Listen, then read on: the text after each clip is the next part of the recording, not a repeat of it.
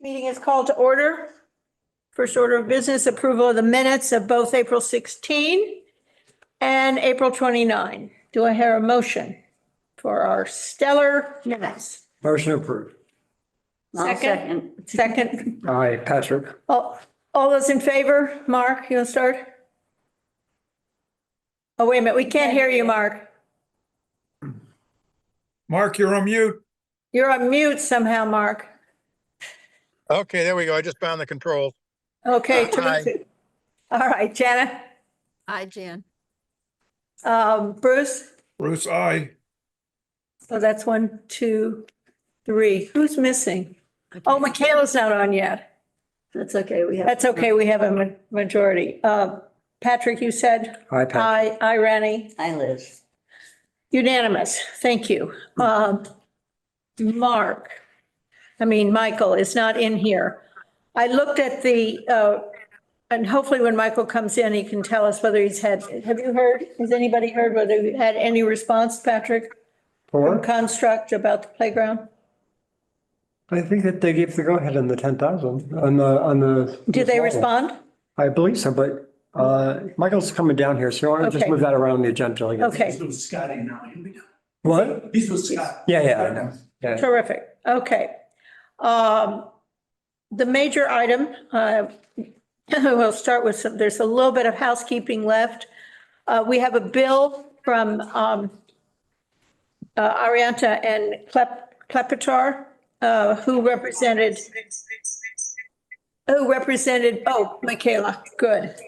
That the firm represented us of the expenses that the trust incurred with the recording of the deed and the recording of our vote. And the total is $530. We have any discussion on payment of this? Okay, we have a motion. I'll second. All those in favor? Mark? Hi, Mark. Aye. Janet? Hi, Jan. Hi, Michaela. Irene? Hi, Liz. Aye, Patrick. Okay, we'll pay that bill. The other item, which is a little more complicated, is, and it's somewhat technical, as to whether we should, whether the trust should buy title insurance for the property. And I don't know if anybody in the group has experience with buying title insurance. I do, and I'll give you my experience, which is that I think it's a really great racket for lawyers, frankly. But there's whole businesses that provide title insurance. And the theory of it is that if there's anything ever wrong with the title, which there can always be something wrong with the title, that person, if they're still alive or their heir, can sue you for the right. And there are questions about whether you can sue the town for certain things. So our town this is a message from our town council, Donna Brewer, which I'll just recommend to you. It was written to me and to Michael. It says, we recommend that the Affordable Housing Trust get title insurance for the property. Trouble is, the cost is based on the value. Sure. As of now, the property had a low assessed value due to the chapter land designation. In other words, this land under the Swans and continuing under the Morrises was valued, I believe, as farmland or forest. And for that, they had a very low assessed value and also a low tax rate, which was the purpose of the declaration. And Or to protect from forest, that's, Right.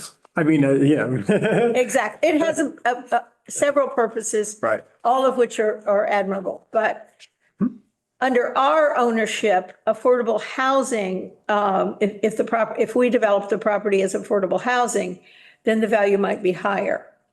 And if we get a policy, we'll need to have the land appraised,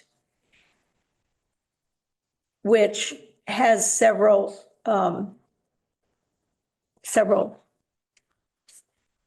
there's several issues associated with getting it appraised. So but they recommend that we get it. She does recommend it. Most lawyers always recommend Would it. It's the, an appraisal around $2,500. well, would the appraisal be based on the Well, that's survey not that was the just cost. done? Title insurance is exorbitantly expensive, Like like 10, 20, $25,000. I mean, big, forever or a year? no, forever, once. Once. Danny, Yes, Bruce. I have a question about since the title insurance is predicated upon the value of the property, and the title insurance is to protect against I'm guessing some prior owner who makes a claim about something down the road, or their heirs make a claim about something down the road. Wouldn't the value of the title insurance be based on the current appraised value of the farmland versus anything that is developed, anything that occurs in an increased manner after we develop it? Because the title insurance, as I understand it, is to protect from prior owners. Right. That's correct. And so why would the title insurance be predicated upon anything we do to the land that might increase its value when the prior owners basically can only sue based upon what the appraised value was at the time that they sold it to us or gave it to us? That's the beauty of the law, Bruce, is the answer to your question. There's three values in play here. One is uh, the assessed value with the 10-year Chapter 61 forestry, which is lowest. Then you've got the fair market value or the appraised value, which we would have to go out and get. But the other hand is you have the market value, which is what the Morrises paid for that land, which was over $1 million. So I don't think it's reasonable, since by definition it's been taken out of Chapter 61 by the town acquiring it. I don't know that it's reasonable to assume that the price is going to be based on some artificially low number. You know, the fair market value of this land is over $1 million. That's what the Morrises paid for it. So, yeah, just saying, I agree with you. I think it's going to be more than we thought it might be, or what. It always turns out to be a much higher number than you really would like. I always used to buy title insurance for all the properties I ever purchased. However, I did a condominium project, and the lawyers who bought the condominiums did not get title insurance because they figured that I had gotten it when I bought the land and only I had improved it. And I wasn't interested in suing them. They were sure of that. So they figured that it was a very low risk. However, this is, I think, a very different kind of situation. And at some point in the future, we are going to either joint venture or give or somehow de-accession the land to a developer who's actually going to, if this turns into affordable housing. So the question, we could table it based on some additional information. We should go ahead with the appraisal and then decide based on the appraisal, we'll get a quote on the title insurance and decide on the title insurance then. And the appraisal will probably look at the survey that was just done. Yeah. I mean, I was just looking up the tax record, and if it's 10% of what it was, it's worth $34,000 according to the assessor. If you think about, I know if they bought it for over $1 million, that doesn't mean it would sell for over $1 million.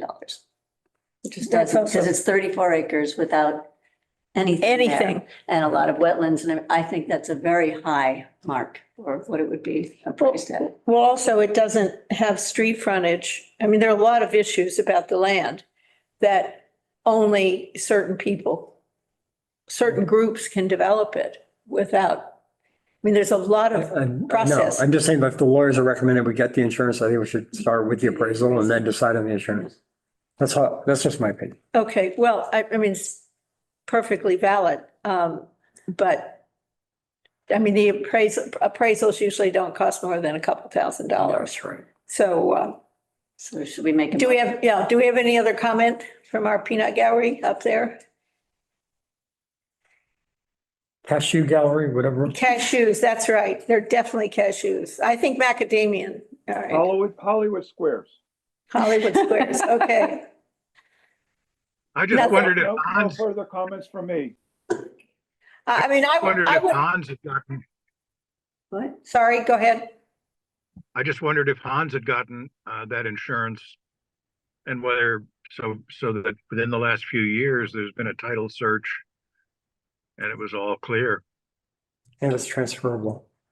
That's a very interesting question. When I asked Nick about the title insurance, he said that that they definitely got title insurance. Hans got title insurance. Okay. And that was only what, I think in 2018 that he bought it.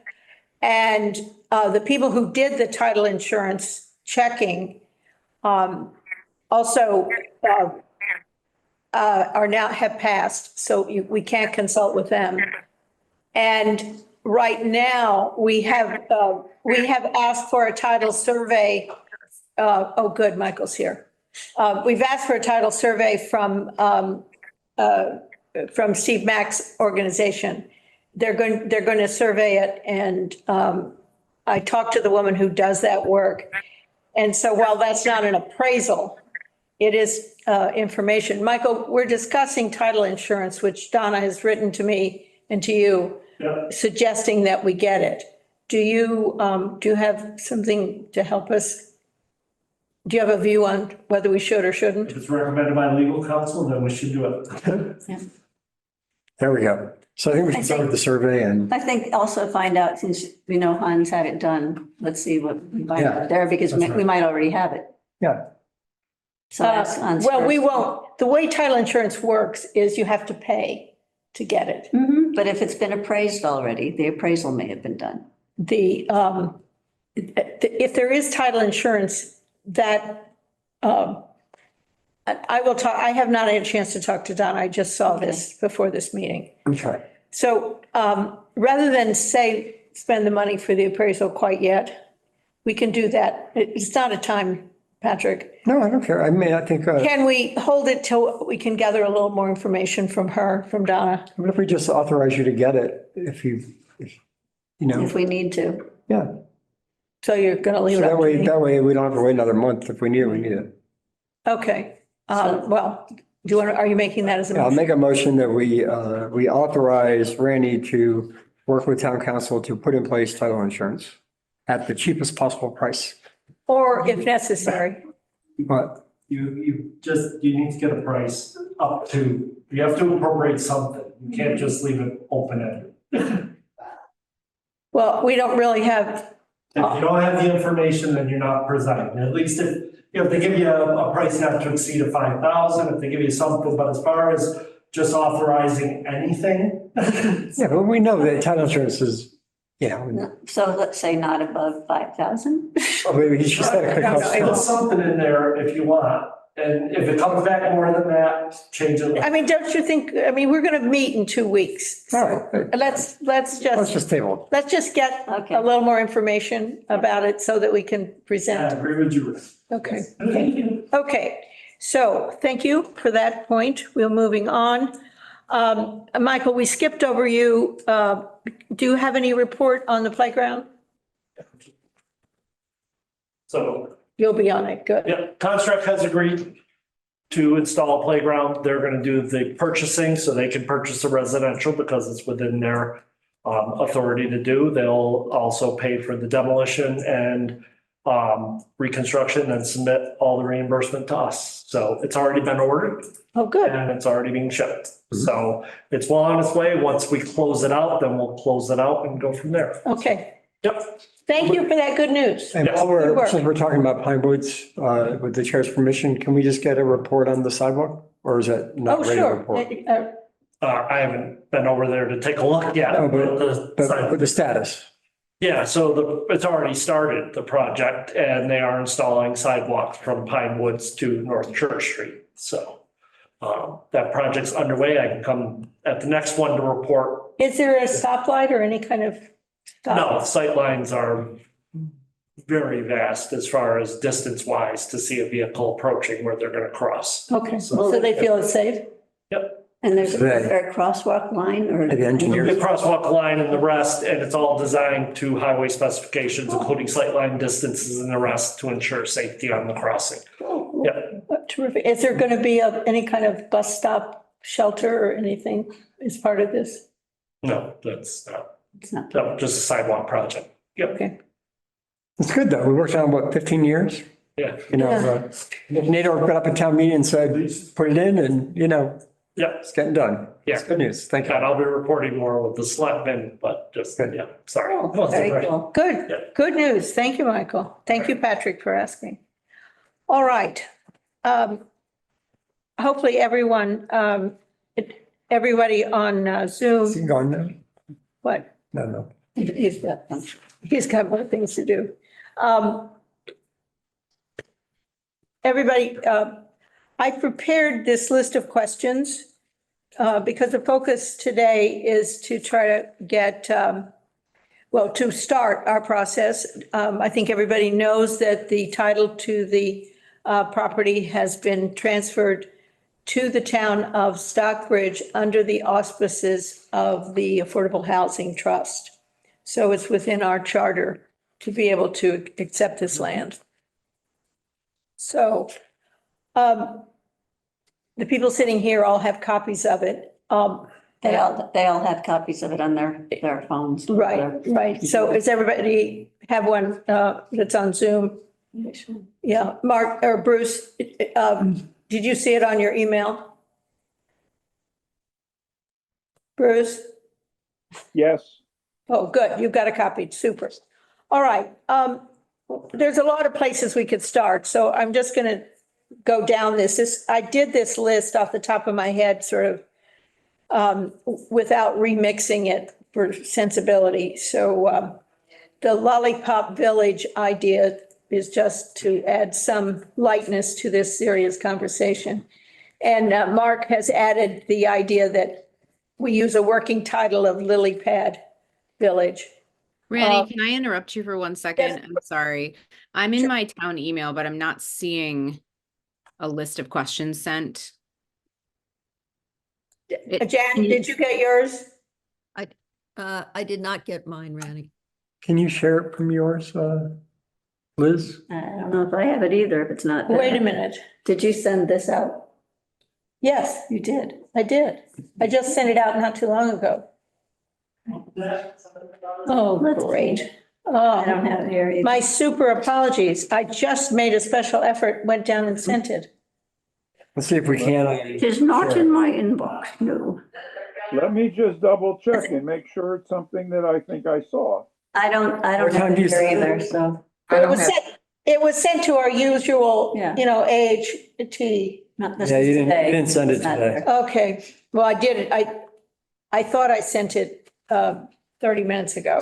So, all right, then my apologies. The people at the table have copies of it. And I'll give you a screenshot that you all can share. Hold on. terrific. And I'll start with, the first question is just to sort of lead us through a discussion of how we might form ourselves, or at least focus ourselves on this development and make some sort of basic decisions. One of the ones that we've talked about a lot is the options that we have in terms of affordable housing. And I list what we call capital A affordable, which means that it has government support.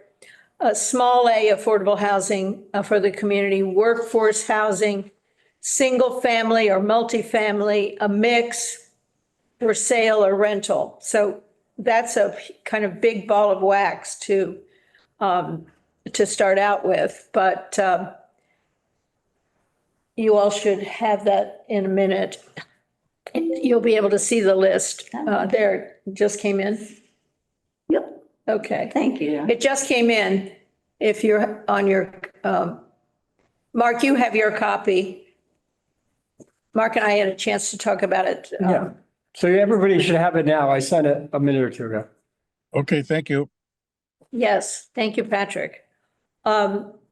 So we've had a lot of conversations from a lot of different people who've done this kind of housing, and all the permutations of it. And I guess what I would very interested in, clearly, for us to do a friendly 40B, Patrick, I believe we need to make sure it's 25%, 30 or something.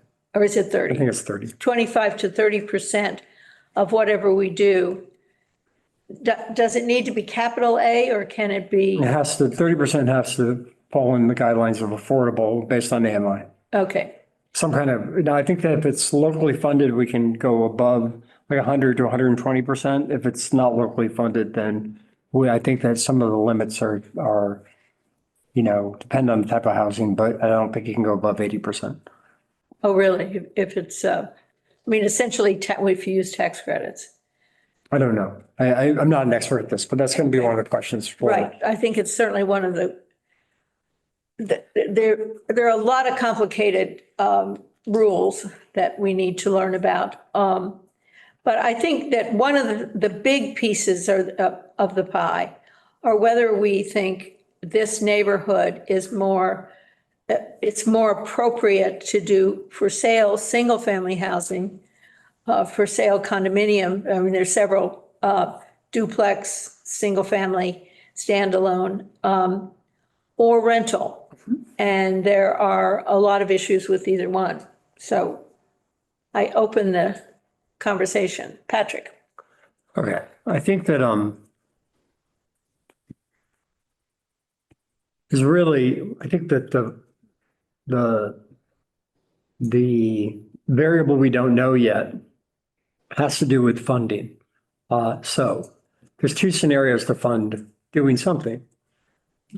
Big picture. The first is that there are a couple of market developments that I believe will be in discussion in the town in the next 3 to 6 months that fall under the purview of the inclusionary bylaw, the residential inclusionary bylaw. One, both, or none could generate cash flow for the Affordable Housing Trust to use. Now, in the absence of that, that cash flow would allow us to ensure that more of the units, or even all of the units, are available to subsidize. So the question of whether it's rental, my position is well known. I would rather see home ownership, but regardless, either way, it takes money. All right. Now, in the absence of that, we will likely need to have to sell some units at market to subsidize, to come up with the subsidy for whatever units we need to. So in that case, let's say we're to build 8 units, maybe 5 need to be done at market, and then 3, the profits from the market end up subsidizing the other 3. Okay, that's a typical model for these types of projects. You do what's called mixed income, and some of the folks, you make money on some of the folks and they finance the others. Now, I'm holding out hope that we have cash flow in place from the residential inclusionary bylaw so that if we're going to build 8 units, we might as well get 8, teachers or policemen or firefighters or, whatever the kind of mix of families are that we want to, help ensure they have housing in town, or we're able to get more of them in. Now, the second thought I have along that is that my preference would be that, that we kind of stick to the thing that we've been talking about, which is, we've got a senior housing development in town, Eaton Court. We have a rental, which goes down to, I think, as low as 40% of AMI at Pinewoods. And I think that this third bucket, if you will, would be to, perhaps, really focus on home ownership for first-time home buyers, for families. I think that's reasonable. Now, and especially given the fact that, there's some discussion around Eaton Court of adding some units for seniors up there, some of which could be market, same formula, have some market units to fund, the subsidy on more affordable units up there. And one last thing I would add is that, this is probably only realistic with MassWorks or some other kind of grant to pay for electric, road, whatever else you need, water, sewer, if it's going to be on public system and not on septic or wells, that's easily going to be in the well into the six figures, maybe low seven figures.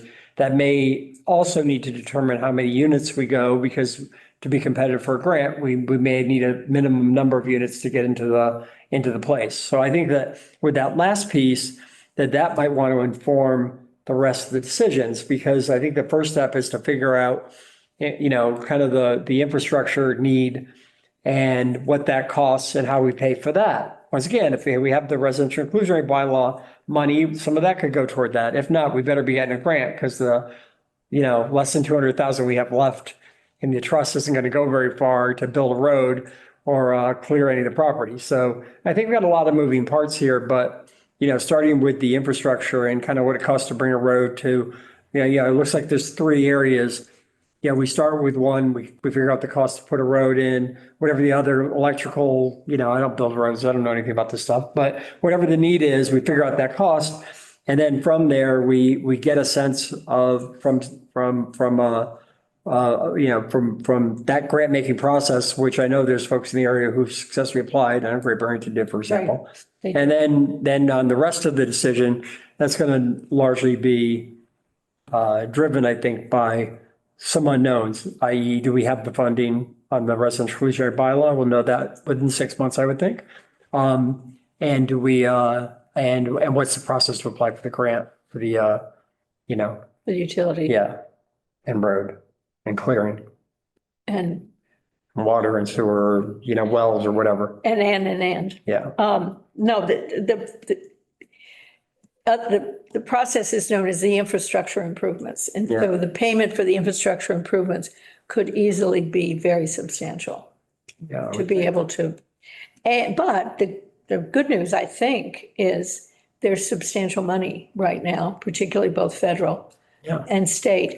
Now, I don't know enough about that kind of funding to know whether that impacts R40B or, Mean impacts. well, if we take or get federal or state money to do roads, utilities, infrastructure, whether that then throws us into the capital A. It has to be affordable housing, or else there's no path to permitting this in this town unless it's a friendly 40B. There's no way, we don't have the frontage, there's no way to permit this without it being affordable housing. Right. That's some percentage. But does that mean capital, all of it has to be capital A? Well, no, I mean, up to a certain percentage could be The 30. market. That's how you fund the other stuff if we don't have the residential inclusionary bylaw. Yeah. Okay. So it doesn't necessarily, if we get, let's say we get federal money to improve. I don't know what the sewage. minimum percentage is. Is that the question? Well, that, part, yes, are there rules? I don't know. Yeah, And my feeling is that we need someone who does know, yeah. and we need to hire a grant writer, an expert, whoever knows how to get this kind of funding. Because we're going to need it no matter what we do, whether it's rental or for sale or. Yeah. I'm sorry, can I ask a quick question? Sure, Jackie. Somebody brought up 40B and I really wanted to understand this. Do you know if subdivisions are permitted within any residential zoning district for one? In other words, can you place a subdivision? I know, for example, I've been reading about cluster subdivisions. They're only permitted in R2 and R4 districts. So this is an R1 district. And I know that 40B allows a lot of waivers, but if for example, a cluster subdivision is not permitted in an R1 district, how can you waive something that's not permitted? That's just something I'm toying with. The local zoning doesn't, any aspect of local zoning that will need to seek a waiver will have to be approved by the zoning board of appeals under a friendly 40B process. Not any of us are lawyers, but it basically is going to be a whole list. There's no frontage. I personally don't understand, depending upon the scale, at R1, that means we can put in 34 units even under the cluster bylaw. And I think that's beyond the scale of what we're talking about. So I'm not sure if that's something that'll need a waiver, but that'll be a question for town council when we get there. No, you can't put in 34 units in an R1 district because cluster only applies to R2 and R4 as I understand it. Oh. So if we Well, could, yeah. so if it's not permitted in these districts, wouldn't you need a bylaw to facilitate its creation? Well, It's gonna be no housing allowable? here. No housing here is permitted in the district under the frontage rule, and yet we can put it in under 40B. I think that's the whole idea of 40B. But I'm not an expert at this, so it could be, Jackie, it's high on the list of many, many, many questions. But we are under the understanding that under a friendly 40B, you can ask for these exceptions because you are putting in affordable housing. And so Even- therefore, you can do things that are not otherwise allowed. Right, I understood that, and I know that you can waive the regulations associated with the zoning designation, but in this instance, it's not permitted. So that's why I'm wondering if it triggers a zoning bylaw in order to facilitate it. And then I just have another question. I know. Can we stay on that one? Before we leave that one, Jackie, can we just stand up for a second? Because there's another important point here, which is, I don't know if you read, Peter Most's article on Stockbridge snobbery, which I thought was hilarious since we're the only Justice 40 community in South County, and we have relatively modest actual residents under the census population. But regardless, there is an effort underway to change for resort communities the definition of the 10% rule so that communities with significant second homeowner populations, including Stockbridge, would not benefit from the fact that half the town's houses are effectively exempt from the calculation. The reason we're at 10% is because we've got around 800 residences and we got 114 units. Well, if you take all 1,600 residences and you put it in, that all of a sudden changes the calculation. And why I bring this up to folks who are skeptical about this is if that changes, this turns into something that is not a friendly 40B. It turns into a potential hostile 40B. And luckily the town owns it. I don't think the town is going to do something hostile. But nevertheless, right now you got multiple boards who get a say to make sure that this is something that we can build consensus around. And I know that I've sat through the house. There's another housing meeting on Wednesday where the state's coming in for their 5-year plan. If that change becomes part of state law and they've got this huge housing bill, it's right before the legislature now, that could significantly impact the town's ability to keep this sort of friendly and therefore have other boards involved in this decision. And I think that having other boards involved in the decision is good for the town, personally. Yeah, I've been boning up on that. So, I really want to be prepared for you officials, as noted in Clarence's article. I thought it was really interesting. He said town officials vote to accept the donation. But anyway, that's a different issue. And I appreciate what you're saying, Patrick, with respect to greater input on the part of town with respect to 40B proposals. And I've even been reading the approach to Chapter B design reviews so that I can, sort of bone up or be better informed. The other question I had, though, is does 40B exempt development from environmental reviews? In other words, I realize that 40B has an ability to waive, friendly 40B has an ability to waive all sorts of things, even though I don't yet know, based on our conversation, whether or not you can waive regulations that are not permitted to start with. But does it exempt you from environmental reviews? There's language in the Stockbridge bylaws about, if you develop over 10 units of single family housing, et cetera, it triggers I believe, an environmental impact statement. So while 40B may go a long way in terms of addressing zoning regulations, what about the environmental review part of it? Does anybody know?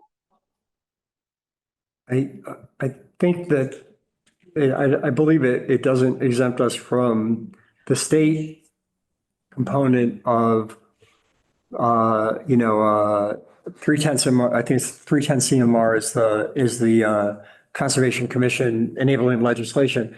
I don't know the answer whether the town wetlands bylaw would be exempt under a friendly 40B. But then again, I think that, when you look at the scale of what we've been proposing compared to what the consultant said was possible there, that's staying within, both certainly the state wetlands criteria and possibly the town's wetland criteria, which is more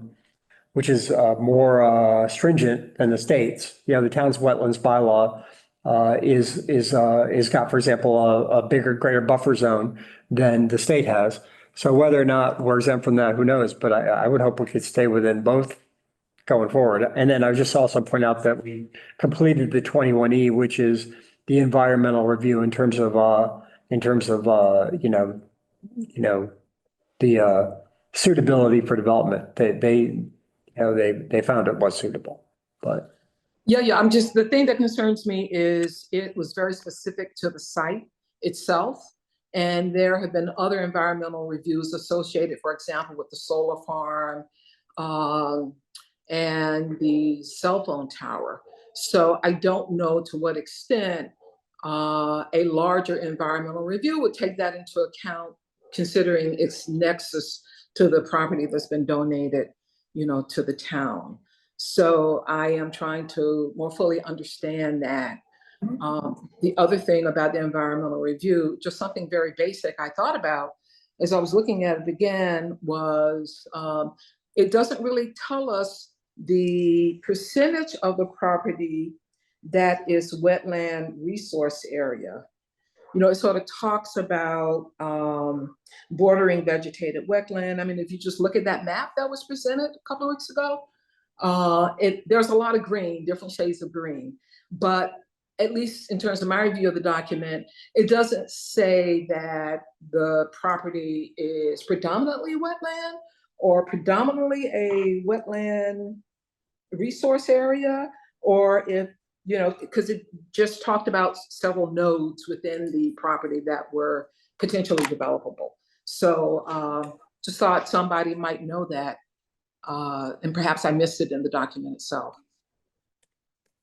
I don't, Jackie, I think that the report was specifically designed to tell us specifically what pieces of that 34 acres could have houses on them. Mhm. And I don't think he made a very detailed analysis about what was in what barrier. And I think he attempted to let us know both state and local. Right. And it also may change based on, did we hire Foresight or somebody to take a look at the logging, the temporary logging dam that was never? Yes, we did. So that also could potentially change some of the, who knows? But if that's like kind of it sounds like that made it wetter than it otherwise used to be. That dam, is that what you're talking about? What? Right. You're doing something about that dam? Yeah, we're having Foresight to figure out what it takes to kind of, repair it. Do So that- you know where it is? Yes. Oh, good. That's helpful. Yeah, because, and I know Billy Martin does also. Mhm. All right. But we've hired Foresight to kind of figure this out, so maybe. Right, and no. I talked to Steve directly about he's very interested because they didn't find this dam. So they were, what's the name of the family that lives on the other side of the? The Forbes, I think you're talking about. Yeah, the Forbes, the one you gave us the contact to. Yeah, Steve is called the Forbes, right, and Tom knows where it is. where it is. Yeah, because remember last time the meeting, Yeah. He was the one, right, that's. Brought up. Exactly, which is why we went to him, because they had not discovered Yep. this dam. Is it made out of wood? Is it just wood piled up? Right, right now, it's just a mess what they have back there. So I don't know what the material is now. Okay. Well, yes, we have hired them. They're under contract to Right. figure out where it is, what it does, and recommend what improvement we could make. So I hope that there was a possibility of making an improvement, because that would benefit everybody, from what we understand. Anyway, Jackie, did we answer your question? To the extent we know what the answer is. And I would just add that, everything below the line here on, of the capital A, whatever, we got to remember that without a deed restriction, we're really not building affordable housing for the community, because then someone can just flip it. And if the market value of the property is $700,000 or $800,000 for a house in this town on average, and you got a brand new 2,000 square foot house, it's got to either be market housing that, someone can sell, or deed restricted housing, like for first time family, that takes them 15 years before they can sell it. I was talking to Rosie about it today, and Rosie brought that up. Yeah. What if someone bought that for They can't. $50,000 and put a porch and another deck on, and 2 years later, turned it over Yeah. and made $100,000 on the property? And then we're right back to where we were, because the fact is, Right. we want to have families, and we want to have families and children. Then you're going to start getting more and more second homeowners that are going to be buying them. That's why, so on any housing for sale, it would be, the typical thing, as I understand, is it's 15 years deed restricted, where they can only sell it for like 5% more. And so, and they have to sell it to somebody else who qualifies. So it's good for a first time buyer, because they don't have to qualify the day they buy it, but then there's a lot of incentive to keep it, because unless you made a whole lot more money and want a big. What is that incentive? You're saying 15 years? Yeah, so it's 15 years you're raising a family, and then, Well, yeah, so that's how it always works. Yeah. And you can say that in perpetuity. You can't You can do So that, that the next sale would have the same kind of deed restriction. but the perpetuity can restart. But if somebody holds it for the 15 years, the idea is that in some communities, if these deed restrictions are forever, it actually has a cross purpose. People kind of figure it's more like a rental and they don't take care of the property. I mean it that way. I mean that if they sell it at 15 years, that then it goes back into the affordable pot, and that. 15 years it becomes market, It becomes market. after 15 years. Well, And that's a typical, a federal guideline. yeah, The thought I have, because we care about that, about it being flipped and going into the regular market, is that since we're receiving this as a gift, we could, or another group could we could do it as a leasehold, so that you buy the house, but you don't buy the land. And in the land leasehold agreement, which would be for $1, I mean, it would be a nominal fee. There would be the restrictions about how much you could sell it for. yeah. And there is a development like that in Great Barrington that's been going on for like 10 or 15 years. The thing is, you don't want to take all the incentives to stay there a long time out, because if you do, people don't treat it like a house that they own. It's really important that people get a sense that, wow, if I keep this long enough, I get the upside of owning a house, and that kind of creates the incentive around families. I think we should be cautious where it's sort of like, because we don't want people kind of staying for 2 years, then getting out and trashing it just because they, you know what I mean? It's like kind of, and that's happened at some of these types of places. The other side of if you don't go to a for sale structure with some sort of provisions that prevent flipping, that you're in rental, and we see exactly what happened in Pine Woods, is there wasn't enough income, and the owner of it did what we all know they've done, which is let it run down to a pretty low level. Maybe from competence, but mostly from not having enough income, because the way the rents are set. So this is a pretty delicate, I think we are as a group very committed to doing something of a very high standard that will both fit into the community and also have a long lifetime and be maintained over a long time. And there's nobody saying that's easy to do. So And yes, we're very, very much aware of that issue. And it's been dealt with, Williamstown has a very, very good program that has been for sale. And they have a lot of for sale properties that have flipped over and Yeah, I think that's interesting for people to understand that process also, and how committed your board is to that. I'd say, I think I speak for everybody on that point, that if the decision is to do for sale, and Patrick and I are sort of two peas in a pod on this one, that for sale, if it's structured properly, there's a greater possibility that it'll be preserved and taken care of and maintained and become a fixture for 70, 100 years, just the way most of the houses are in this community. Unanswered questions. Another thing too is just a side note that the right of way was surveyed today, so that survey is done. That was done today. This afternoon. Oh, you saw them? Good, good. So we'll find out about that. I know that Heather said she last week did the book research. So there's flags. Are there flags out? Okay, good. Thank you for that report. Can I ask a quick question? I'm sorry to interrupt, but can I ask a quick question? Because Patrick talked earlier about inclusionary housing developments. There may be two. Do you know, well, you may not know, you may not be able to say specifically where they're located, but do you know what the prototype is for that?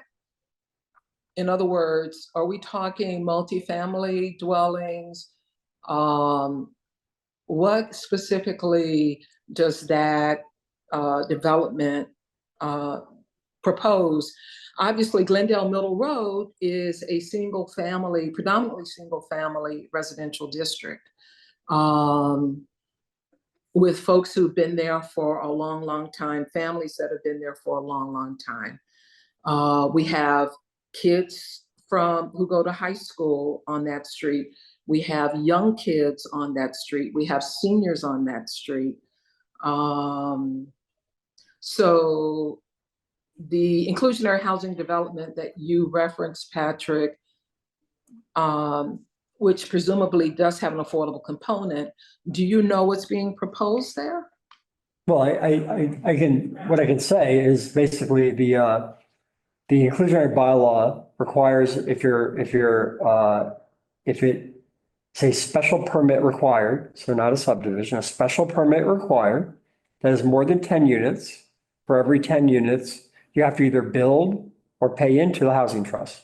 You have to either build one unit on site or pay what amounts to $400,000 into the housing trust. It's basically a percentage of AMI for family of four. A family of four is area median income.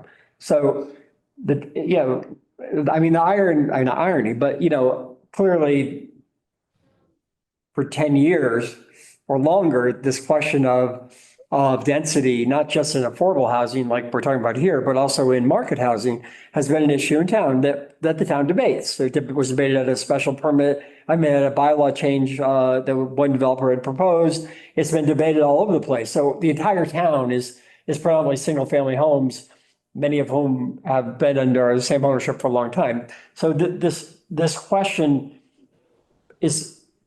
permeates the special permit process for any kind of development, not just this one, the one that we're talking about for Glendale Middle Road. I'm sure it will for any other special permit before the town. And so I think that in the case of those, if you look at the cottage yard bylaw, for example, it's you look at what the by right is, and then you look at what the developers offer to do, like, for example, maintain the house or maintain the front yard, which is the purpose of the bylaw. And if they're willing to do that, which is really expensive, you give them a bonus. You give them the ability to do like a commercial part of it, like a restaurant or a hotel. You give them maybe a little more density than they ask for. And then it's just a horse trade.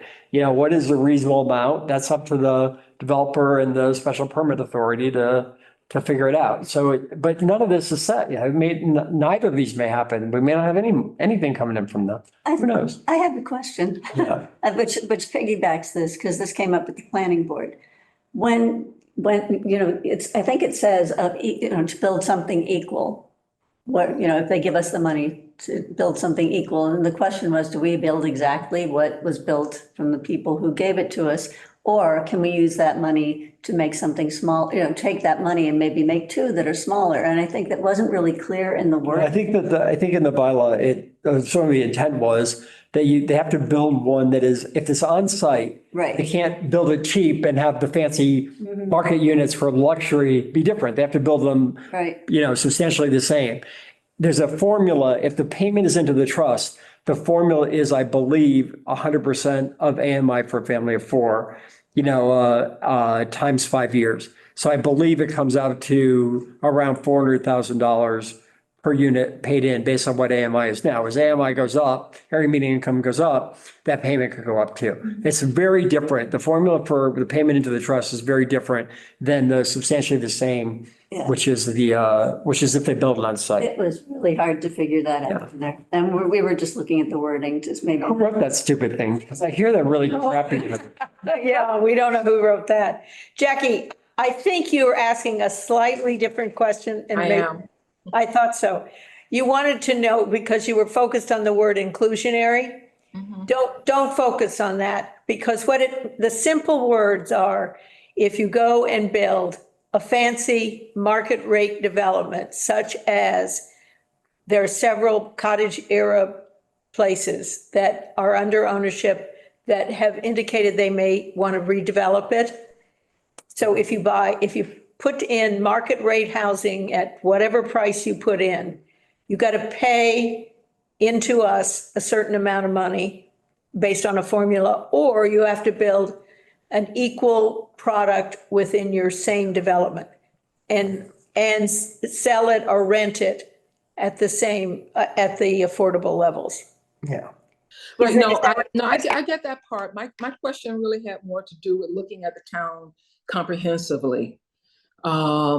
So if the objective is to have multifamily development, for example, which creates a variety of housing type, and the proposed development associated with the inclusionary, incorporates a design that sort of helps to satisfy housing diversity.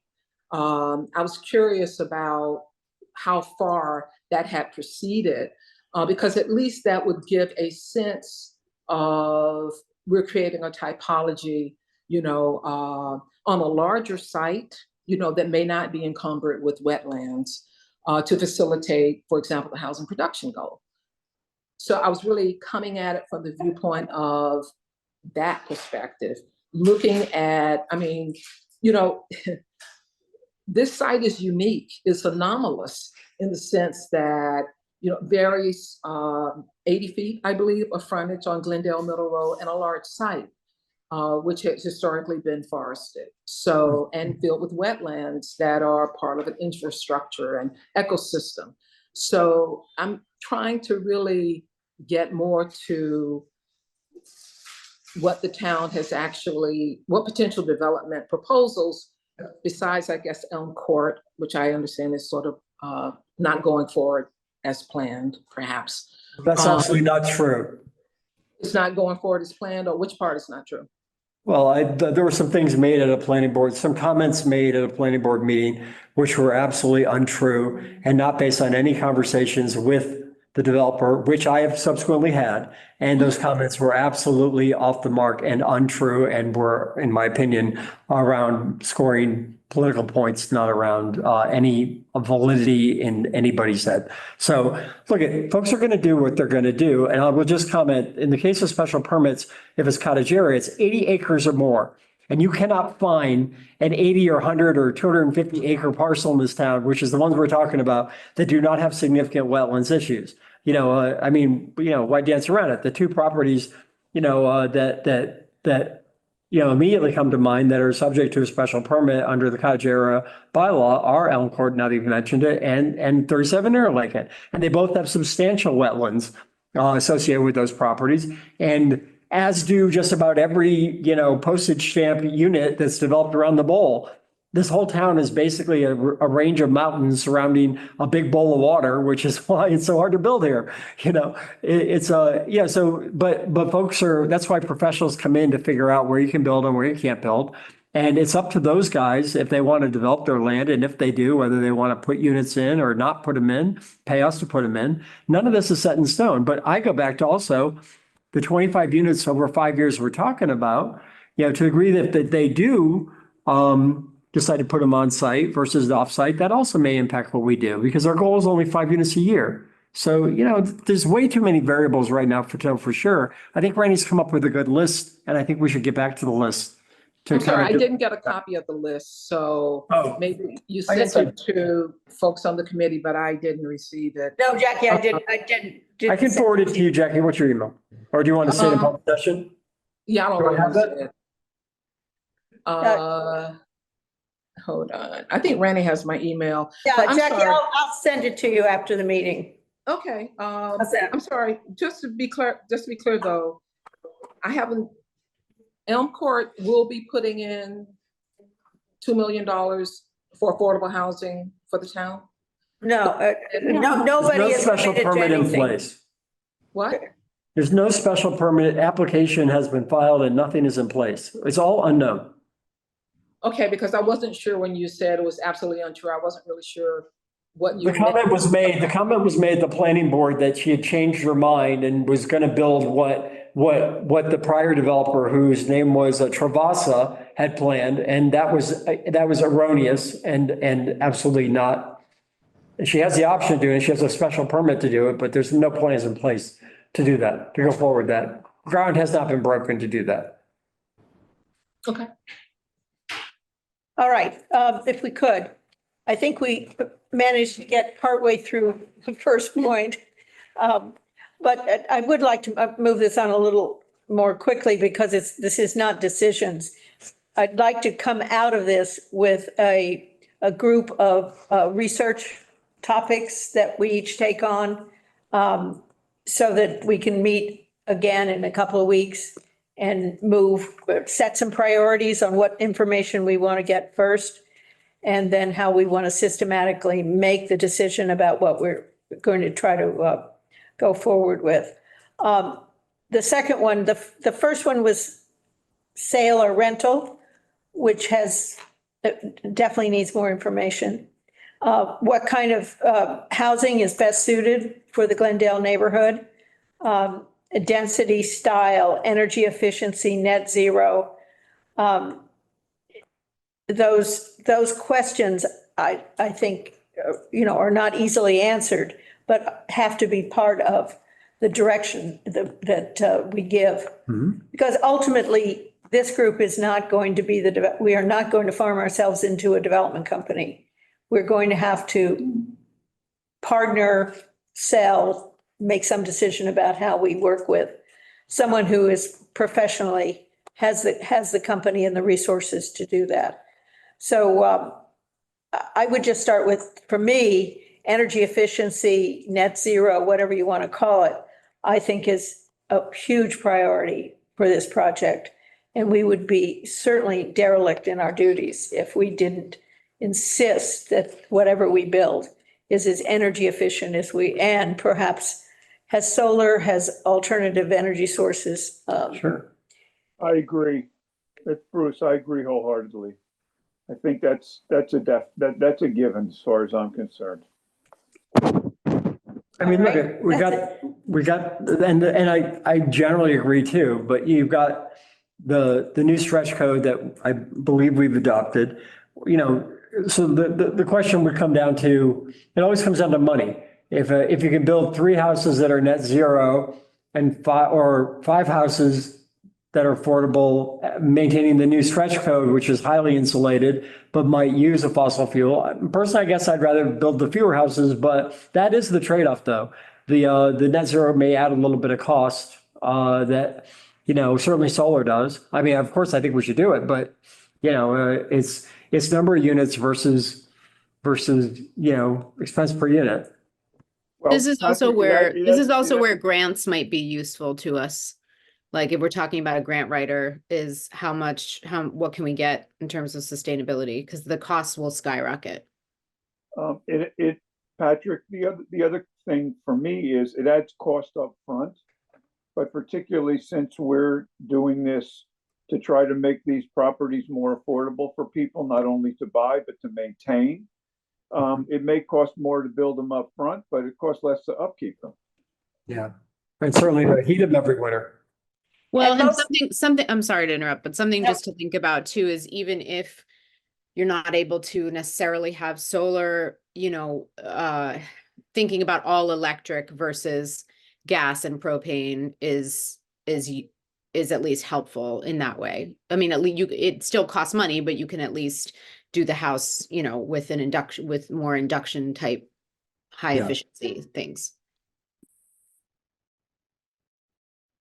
Good. No question.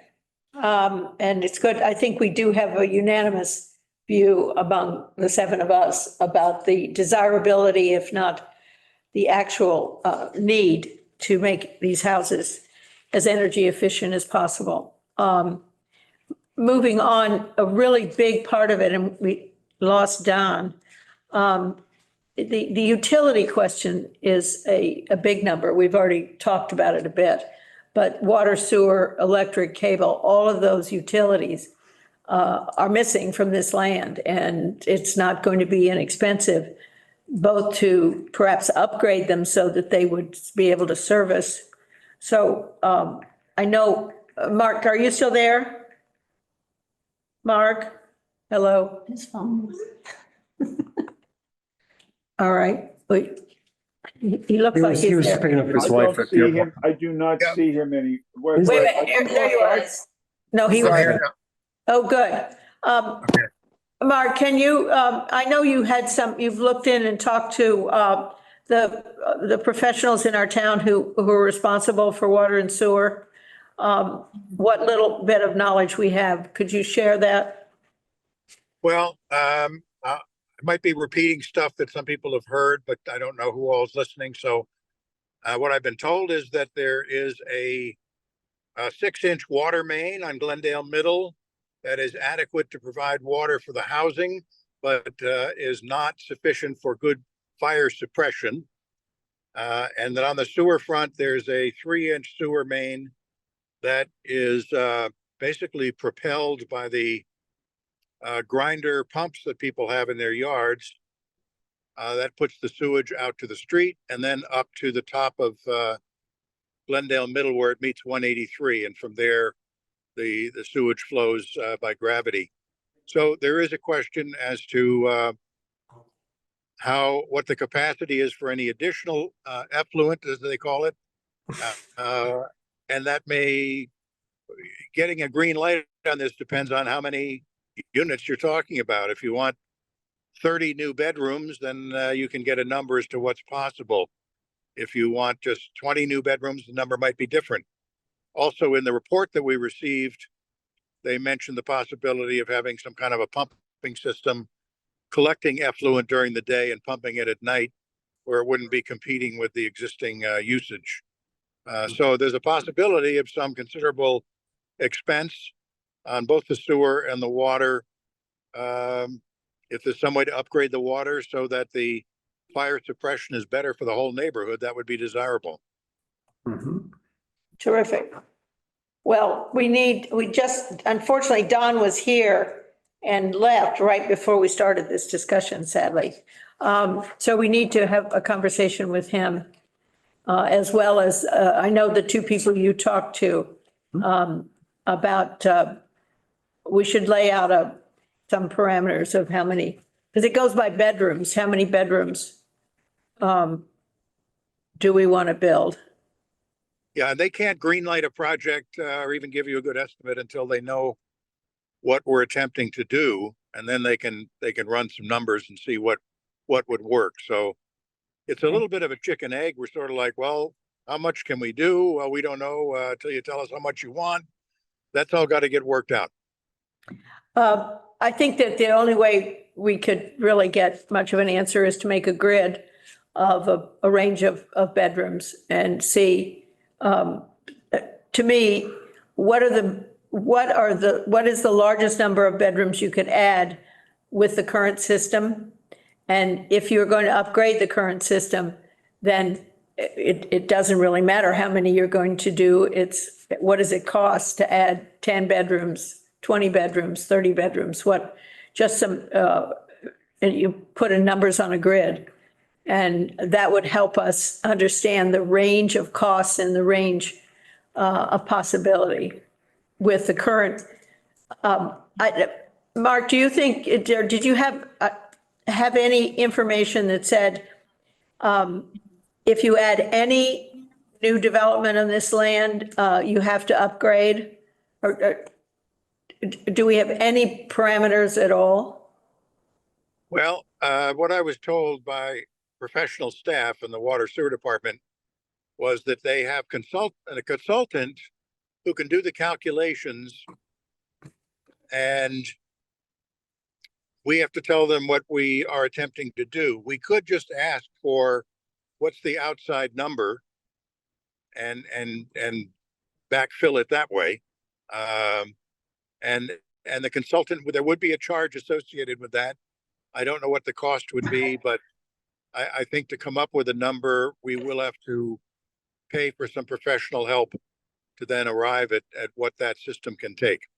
Okay, so I think that's got to be one of our study groups that some of us need to take on. And if there are any volunteers who are interested in utilities and water and sewer, please. And also road, isn't roads in there too? Right. Yeah. And roads. I think I heard it was either you, Randy, or Mark's suggestion. I think we do need to know what the baseline is right now. What can the system as it currently exists handle above and beyond what's already there? And then we can basically make decisions about how to expand upon it and how much we want to expand upon it, predicated upon how many bedrooms we think we want to have built. But I think we need to know what the baseline is. Is the system as it's currently designed tapped out with what's there now, or can it accommodate 2, 5, 10 more units, yet maybe, an average of 3 or 4 bedrooms apiece, without any additional work? And then I think once we have that baseline, we can take off from there. Right. That's how I would approach it. And Randy, I know you're thinking about having subcommittees that would take on these individual areas. And it seems like this infrastructure area is one that a committee could, whether it's 2 or 3 people, subcommittees from the membership, to take on these questions. Somebody mentioned the roadway. I've been curious about tree clearance. Yeah. I have no idea, Well, basically I'd put it under the rubric of site preparation. Mm-hmm.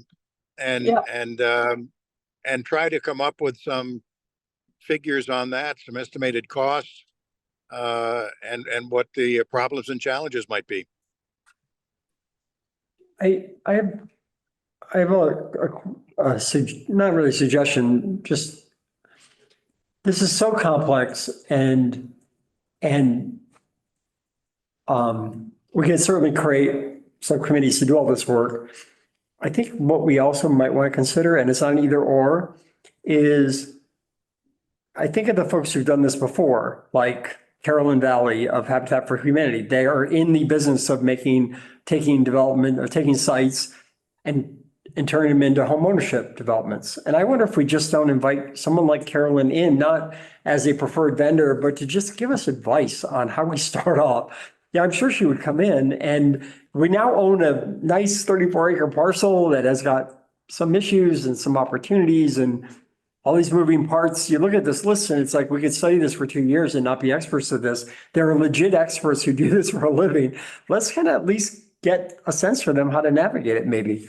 Well, I totally agree, because I think that We need, I think we need to gather a certain baseline information because they can come in and tell you that, oh, you need to know what your utility costs are going to be, what your infrastructure, what your pre-construction costs are going to be. Do you though? I mean, They will tell us, Yeah. that's what they need to know. oh, I see. And what I think we need to do is we definitely are not going to learn all of this. Yeah, but Ourselves. I guess the question I would have, if Carolyn were sitting right there, I would say, Carolyn, if somebody had just donated you 34 acres and $1 million parcel, what would be your first step to figure out what you can do? What's the second step? What's the third step? Where do you apply for grants? How would you go about building it? I mean, I would just basically pick the brain of the experts and let that inform however we might want to proceed. Right. And I think that's a good idea. Also Berkshire Housing is Yeah. another one that, those two are probably of our nonprofit developers, but there's Penrose, which is They're never going to do it. I think the minimum units they're interested in are 50 to 75. I don't think they'll show an interest in. So even Berkshire Housing is much more focused on rental units. I like Eileen a great deal. She's awesome. And by the way, everybody, on the 15th, which is, there's Wednesday, there's that state listening session, that Zoom, that is Wednesday afternoon. Is that the one at BCC? Yeah, or is it, maybe it's not a Zoom, yeah, it's in person. It is it's in in person and you have to register. Yeah, Okay. I have jury duty. yeah. what, how do we find out about it? It was I can sent send to you a it. month ago, but. Yeah. But, the point I'm making is bringing in a couple of these folks who can just kind of, Well, that might be a good next step because, it may, just a variation on that, Mhm. because there's no question that's a very good idea. But it may be, you may get better information in a smaller group with these people. And my thought was to divide up and try to, we need more information about pre-development, which we can call utilities, road work, and some costs. But it's talking to our own people to begin with, because what Carolyn will tell you is we have to find out what the utilities to the site are, and that helps to define how big a project we can do, et cetera. It's a kind of a chicken and egg right, I know. process. And my feeling was that if we start with dividing among us some of these questions and coming back to us as a whole, and then we need a grant writer for sure to help us. The state, all the state programs, what are That available to that us? just may not be the first step that It may not be. others. It may not be the first step, Yeah. I would agree, but that's something down the road, once we figure out and we come to consensus about what we want to do. Because I think we can come to consensus about whether rental or for sale is best for the area in terms of the neighborhood. Whether it's what the community, we have our housing production plan. What out of that did we learn that is most needed here? Are we more targeted towards building elderly? Are we families? And we've talked at the great length about families and how we'd like to attract more families. But I think those discussions we can have, and we can say those are our desired direction. And then you can start putting some numbers around it. But I agree that we're going to need to bring people in to talk to us, to gather information, and then make some decisions about how far we want to go in order to set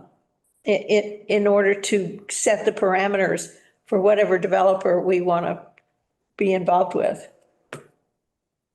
Can I make a recommendation that you also look to some architects who might be interested as well, particularly if a focal point is neighborhood character, given the single family predominant characteristic of the block. And one thing you might also want to look at is just parking. I noticed with the environmental review document, for the various clusters, there's usually like one parking space per DU. I think that is something that the committee should be, or whoever's looking at it, should look at it very carefully, given the access and entry points into what could be a proposed development. I think typically households have more than one car. So, if, for example, if you're talking about, apropos of this development plan, or representation, I'll put it that way. If you're talking about 36 DUs, you could actually be talking about 72 cars. If each unit has 2 cars, for example, which is, which may be very typical of the driving patterns in the community. There's also this document that's associated with 40B, has quite a bit of detailed information with respect to design. So that might also just be a really good resource to start. Yeah, the issue of parking is also going to be dependent upon what gets built on the site. Absolutely.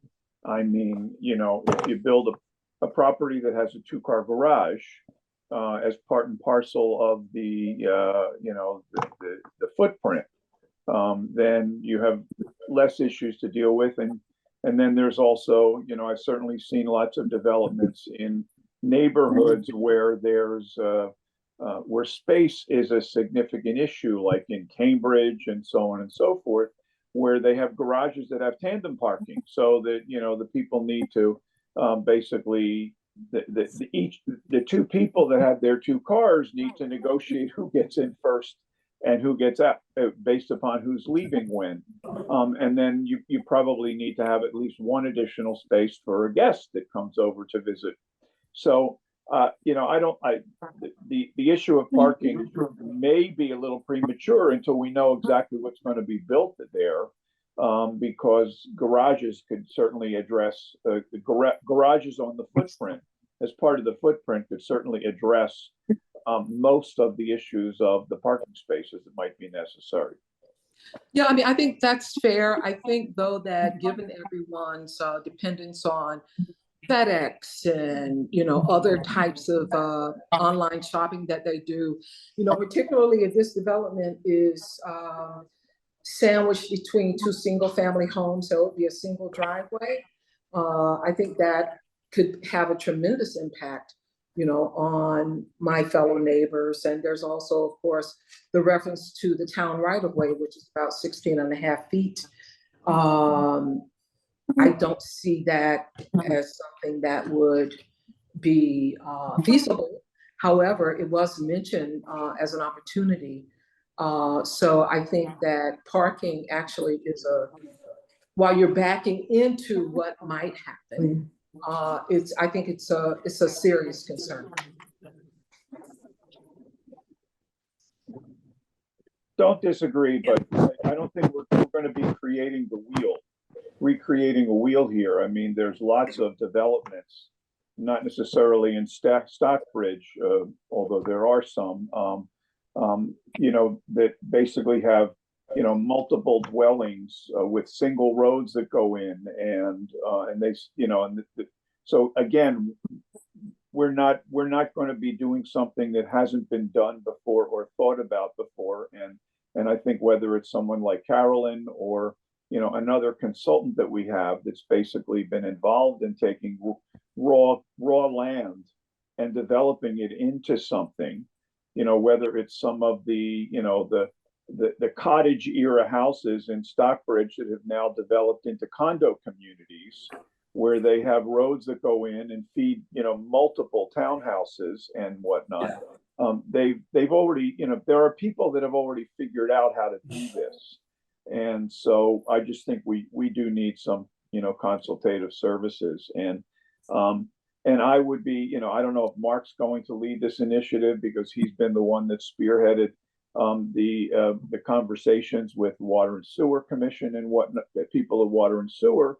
But I would certainly be willing to, lend some support for the subcommittee that looks at, some of these infrastructure and land development issues about which we've been talking. Randy, can I ask a question? Sure. I'm sorry, I don't mean to be impatient. I'm just wondering, like, what did you want to do by the end of this meeting? I would like to group our questions into a series of study groups, and I Should we have, start assigning those? I have a list of those, if you would like me to jump to that. Yeah, subject. I just think that not only because I have a hard out in a couple of minutes, but also just, I just feel like I've lost a little bit of like where we are right now. Well, we aren't progressing in a decision-making way. We're trying to put a lot of things, my objective was to put a lot of things on the table and end with some focus for next steps.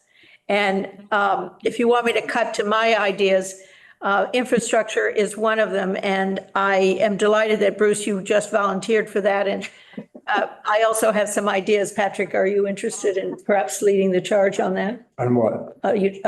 Infrastructure? No, I think we'll leave it up to these guys. I mean, I'm happy to contribute. How many You guys can call me people do you anytime, need? but I don't Okay. want to lead anything. All right, Bruce, do you get to be the leader? Wasn't that what Mark's working on too? What? I Thought I Mark and guess Bruce were on there. I guess I didn't step, everybody else. Mark's on stepped something back else. Before I did. I don't know yet. I mean, sure, I'll take the lead on it if Mark, who has been the lead, on pursuing the water and sewer folks, Well, wants to step back. Mark has volunteered, Mark and I had a chance to meet this morning and he's volunteered for something else. Mark, are you still there? So Yeah.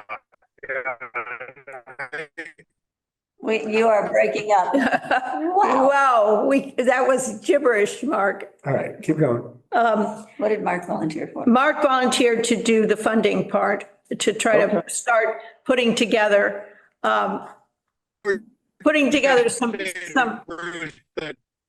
I haven't gotten that far down the sewer line. I'm sure you will be happy to contribute to Bruce. I'm not going to editorialize on your comment about how far down the sewer line you are, Mark. It's only a 3-inch pipe. It's only a 3-inch pipe, he didn't fit. All right, so You need a Bruce, pump?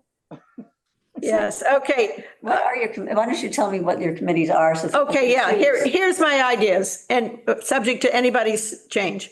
Infrastructure, funding, possible developers rehab rental. Say that again? Developer rehab? Well, no, sorry. The big discussion, which is the development, we could say development decisions, which is developers for both sale or rehab. In other words, Rehab? thank You you. mean rental? Rental. Thank you. I guess it's getting late for me. Rental or sale? Yes, rental or for sale. And under all of that is how do we go about making that decision? And who do we need to talk to give us some advice? I don't think we need any advice. I thought we had decided as a group that we're focused on rentals at Heaton Court and that this was going to be for affordable home sales, deed restricted home sales. That's what I thought too. I Is it- do feel like we we have- made that is it- decision. Do you? Okay, Yeah, that's what I thought too. Okay, All right, so let's pick Jan? that up. did you think we made that decision? I didn't think we had made the decision, but it sounds as though most of us are on board for doing the home ownership there, but I don't think we've had an actual decision. I don't either. Discussion about it. I didn't grasp that we had decided. That is my personal preference, but I, All right. and Do you want a Yeah, motion? I didn't think that we had decided either. But I certainly remember from some of the discussions in which I participated at the group, the groupings that we had, the meetings where everyone was invited. It sounded like there was a strong preference for people to find a way into home ownership.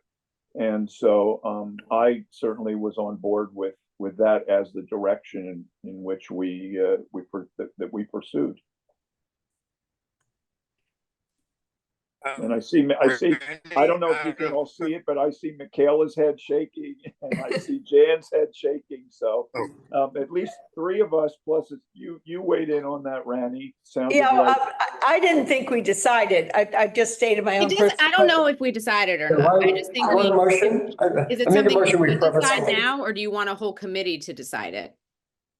I don't want anyone, I want the whole group.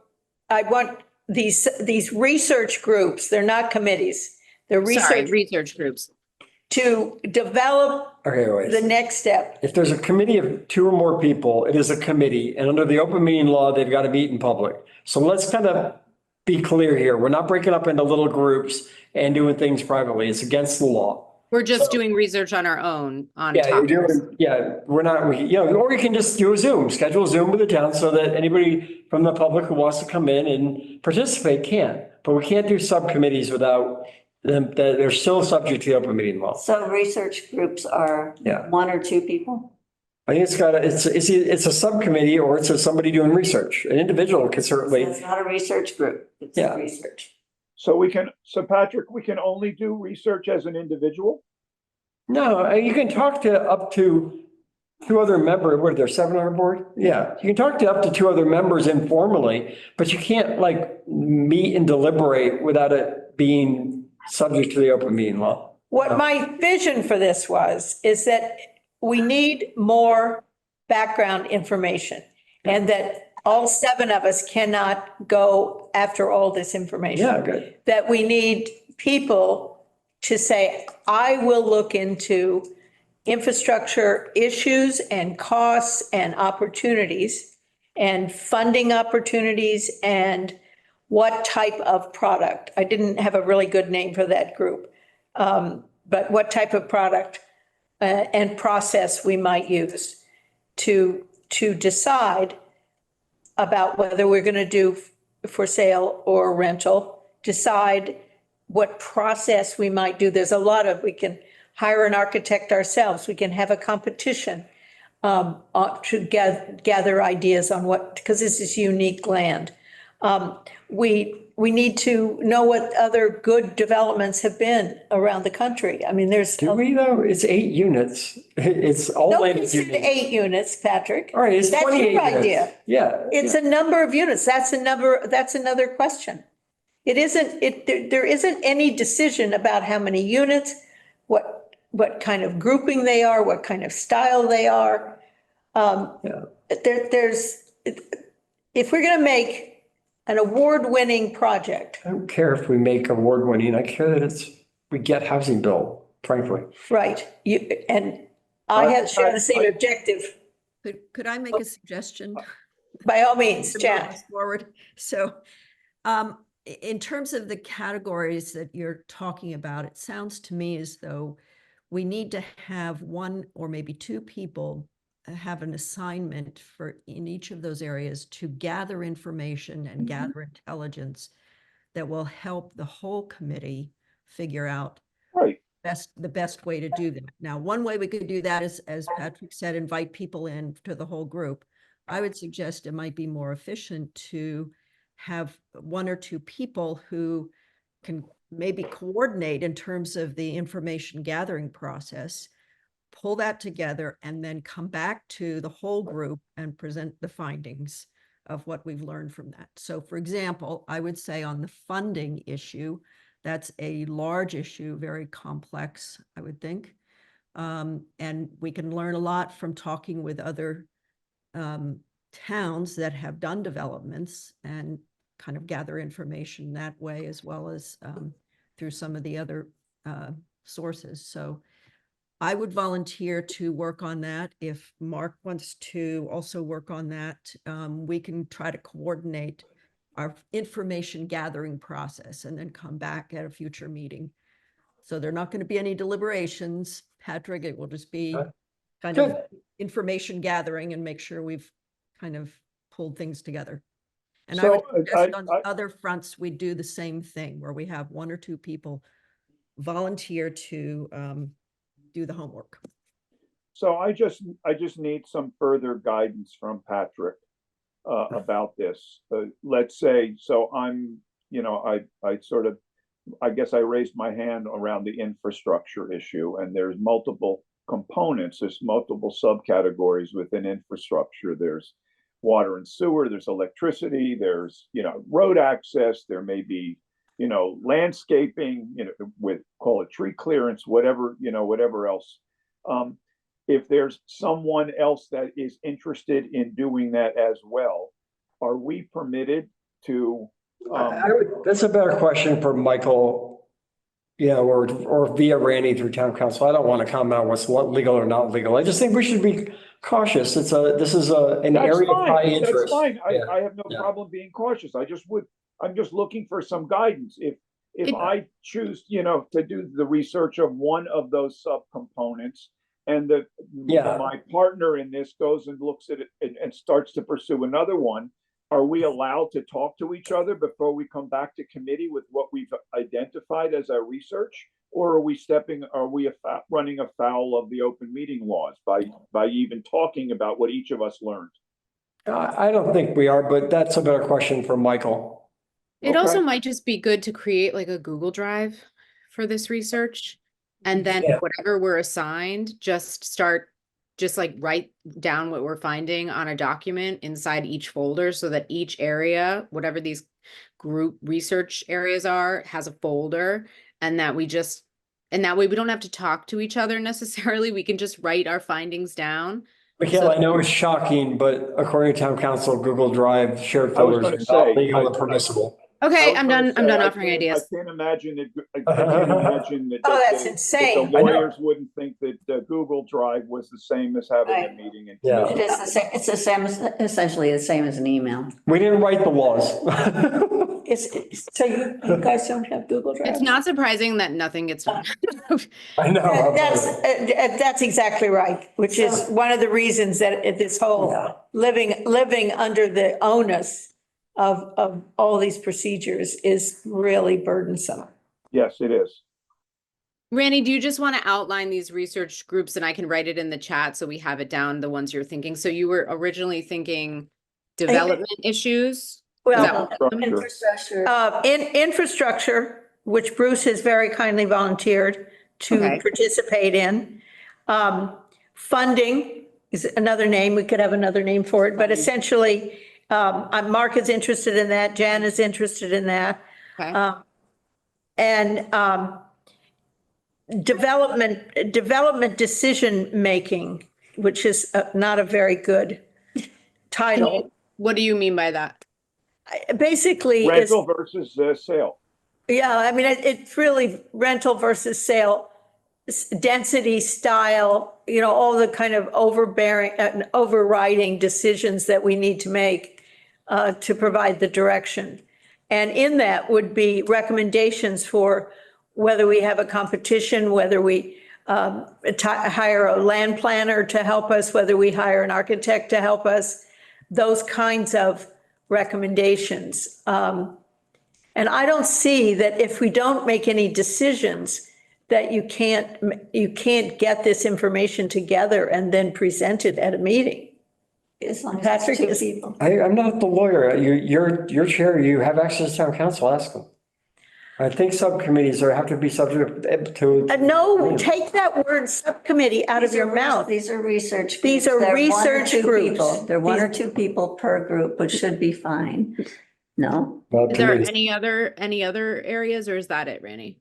Those are the ones that I'd focus on, but let me just look and see in the list of questions. I mean, for starters, that would give us, and hopefully the research groups would come back with some recommendations on who we want to talk to next as a group on these various subjects, because in my view, to move this forward, we're going to have grant writers, we're going to have to hire people who know how to find these. Money is a big part of what we have to do, no matter what, whether we do rental or for sale. But definitely for sale, we're going to have to, if we decide to do that, there's that gap that you have to fund somehow. I mean, look at, there's the way that, there's only towns surrounding us have typically relied on MassWorks grants to fund the infrastructure component of this.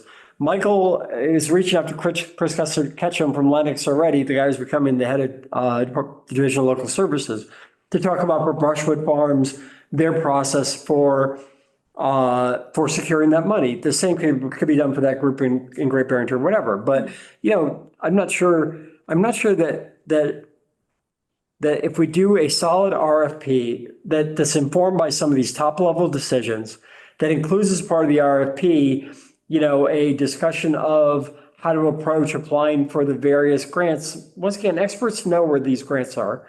I think that, granted, if we're going to build a Penrose style development, that's different than if we're talking about a relatively small development. But we might just be able to kind of outline some of the broad themes and then write an RFP that says, give us your thoughts on this, and let anybody who wants to respond to that request for proposals respond.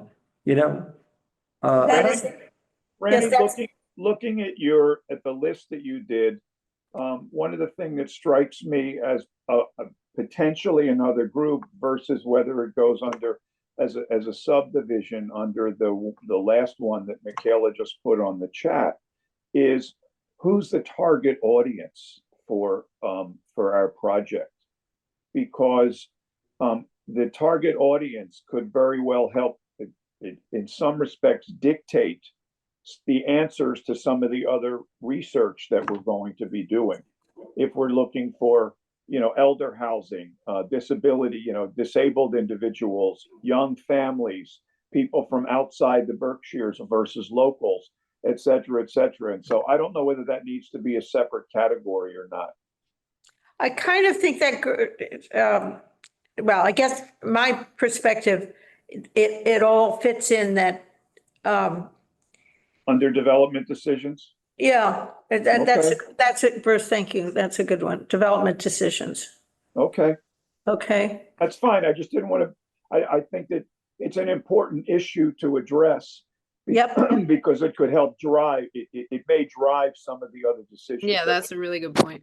yep. Is there anybody who wants to be on that research group, development decisions? I'm happy to do that. Michaela, okay. Patrick, are you volunteering? I know you've got a full plate. That's meant to give you an out if you want. I'm volunteering for what now? One of the committees, one of the research groups, sorry. So what's left? We have infrastructure. Oh, there's any one of them you can be on. Liz, what do you want? I don't. I have so much, this takes me so much time and I have a baby coming. I wouldn't be able to put it in. Okay, I'll so be Liz honest. isn't, Congratulations. How many weeks? Huh? Um, My baby, this oh, okay. family stuff. we didn't notice. I'm very sorry. Okay, Yeah. Michaela, I definitely will work with you on this. Sure. I'm happy to just start researching. So Mark so right now we have, Patrick, you got put. I think our end goal should be to work toward what it takes to give reasonable direction for the creation of an RFP. That I think that we're going to need to kind of move to the professionals pretty quick.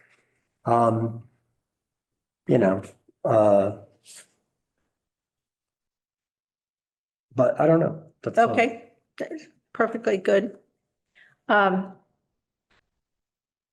We have Bruce under infrastructure, Mark and Jan under funding and development process, Michaela and myself. Patrick, which one are you on? Are you volunteering, Patrick? I'm not. Are you working? Yes, plenty. I'd like to volunteer to call a couple of folks in this space and just get their sense of things. Okay. And invite them I in. called Carolyn and, Yeah. Yeah, perfect. So you're on our group. yep. I'll just do that. Okay. And then I'll report back to you as the chair. Okay. All right. So Bruce, I think you're sailing solo for this first round. It sounds like it. Jan and Mark are together. I think we've lost Mark. No, For he's still, today. he's still on his phone. Oh, are you there? Mark, can you hear? He's muted, so I'm guessing he can hear but not talk. Okay. Mark, can you talk? Mark, would you talk, please? Well, maybe not. Okay. I know I've talked to him and he's interested in funding. So Jen, you All right. guys. That- Oh, here he comes. Yeah, sorry, I've been driving on some backcountry roads from the airport at Bradley. So I've been in and out, but I've heard most of this. And Okay. I'd like to work on the financing side. And I do think that the committees are a good way to achieve some efficiency. We've got a very complex Research groups, swath of things to deal with, and I think we need to break it down by groups like this and then come back and share it all. research groups, Mark. That's right. Research groups. Yeah, research groups. Yeah, excuse me. Okay. I think that's everybody. And I guess since I'm flying solo, I don't need, unless talking to myself is a violation of the open meeting law, then I It probably guess I don't have is. to worry about it. Yeah, don't say it out loud. Just That's think. right. Just think it, think it. And Bruce, so you don't have to fly solo. I'll sign on with you too. Okay, How's there? You and I can shout across the back fence. okay. All right. I think that we've done a fairly broad-ranged discussion. I'm not sure. I think we have good next steps. When can we meet again, given the complexity of these dates? I'd like to try to do something in 2 weeks if we can. That's Monday. Randy, there's two Well, members. 2 weeks from today is, Two members who are up for Memorial reappointment. Who are they? You and who else? I don't know. Don't know. Okay. Memorial Day is 2 weeks from today. It's, what we don't want. I think there are 4 members who are up for renewal. Yeah. There are 4 of us? It can't be. It's staggered over 3 years. It's either 2 or 3. It was at least 3. I think it was 4, actually. It was me, Randy. Who else? Patrick, I think, is up. Patrick. I think. Yeah, I just got rid of that. But the selectmen are gonna I don't know. do the appointments. Yeah, I mean, I was just wondering, I was responding to a text I got from Bruce. Oh, okay. Bruce, I think you're all set. I don't think you're on the list, but I'll find out. Your light's on, by the way. No. Yeah, your flashlight's on. I don't run your page. It's a little bit. Okay. I guess, Open meeting when does that flashlight. done? Yeah, open meeting flashlight. When are the reappointments made? I think it's the first or second meeting in June, Okay, before July. okay. Very good. yeah, I just got a notice from one of the, Yeah, that was on the second homeowners group, that the appointments are coming up. And so I just wanted to confirm whether or not my term is whose term is up and where, because there's open seats apparently coming forward on AHT. And I think there were 2 seats, so it was published, are available. And I didn't know whether it was any, I thought it was 2. any of us that might be termed, and we needed to resubmit interest forms, or whether we were good to go. It's my understanding that all you have to do is indicate whether or not you want to be reappointed, but if somebody else wants to put their name in, they could do that. But you should find out for the next meeting who is up for reappointment and make sure you've reached out to them and had them put them in. Okay. But we should. And we put do in like an 150 interest appointments. Form to be reappointed. I don't think it's an interest form. I think it's just an indication with an email saying, yes, I would like to be reappointed. Okay, but Okay. first we need to know who it is.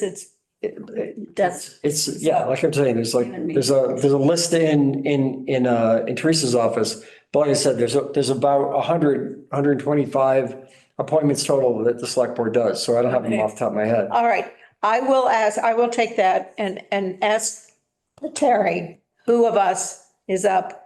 it's And, definitely the 3 of us. I thought there was one more. okay, I can find it. so I know, I just I will got rid of send you that an email. email. And if you then could respond, so we have it in writing. Okay. You're definitely interested, It's right? right here. It's right here. Oh, you found it. Thanks. Yeah, All it's right. right here in our email. From Terry. It says, people's terms are up are Randy, Liz, Patrick, and Mark. And Mark, I knew there was Oh. another one. The four of us. Okay. And does it say what, It says, please let us know if your board/committee members whose terms expire this June would like to be reappointed. The Board of Selectmen will make appointments on June 20th, which will take effect July 1. all right. And, but, does it say the terms? No, I'm Because gonna just forward this. Some to you, of us Randy. have to be 1 and 2, isn't that right? Because it can't be 3. No, not anymore. They're all 3-year terms. That's why I don't understand that there are 4 of them that are up. Oh, I we just have, forwarded that to you, Randy. All So the you, reappointments are 3-year terms. really? Maybe it's 2-year. Maybe it's 2. Oh, it's 2-year terms under this thing, right? Yes, right. Make We- it 2. Yeah, we made that mistake, remember, in the beginning? Right. Okay, Um, good. so you So- wanted to schedule our next meeting? Yes, please. Well, 27th is Memorial Day, so So we're I'm not that. marching in a parade. Yep. Okay, that week. How about that? The week of the 27th? How about toward the end of the week? Or Thursday or Friday are good for me. Thursday and Friday? I could do Thursday, not Friday. Okay, the 30th? Mhm. I'm okay on the 30th. Okay, 30th, everybody? 4 o'clock. 4 o'clock? Sorry to move this one. Except we have to find out if we have a room too. Yeah, okay. Should we tentatively schedule it then and then someone can Yeah. follow? I'll send it back out. 4 PM on the 30th, everybody? Mark, are you still there? Mark? He's muted. He's, no, I Yeah, think I'm- he's I'm Mark, are okay you now. gonna- 30th, 30th? Mark? That's good, good. Mark, are you going to go to the EPA Community Block Grant meeting at 5:30, the Zoom? I don't know if I'm gonna make that at this point. Okay. What do we Doesn't- need? Is that the Justice 40?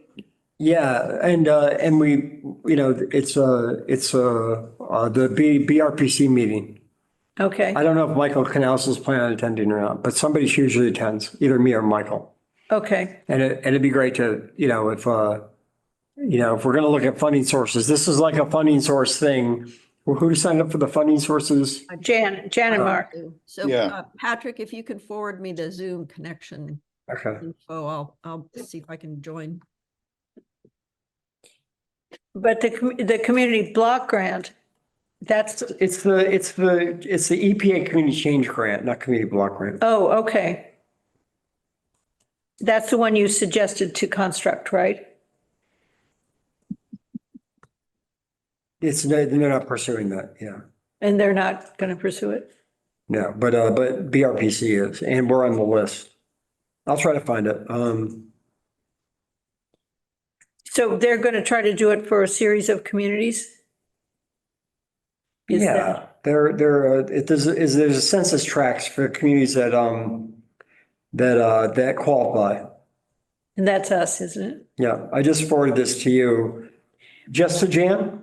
Yeah. All right, just Okay. send it to me too, because I can go home and watch on Zoom. I want to try to understand this.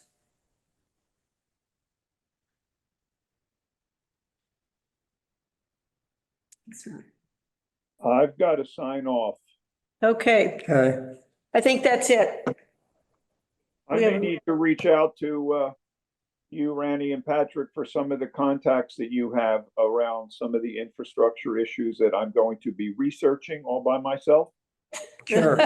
No, I volunteered to help you, remember? Oh, that's true. That's true. Sorry, Randy, I didn't mean to do that to you. That's right. I'm one of the chickens You following can always talk to me. ducks. Okay. Okay, All right, we'll talk thank later. you. All right, did you send it? I did. Oh, thank you, Patrick.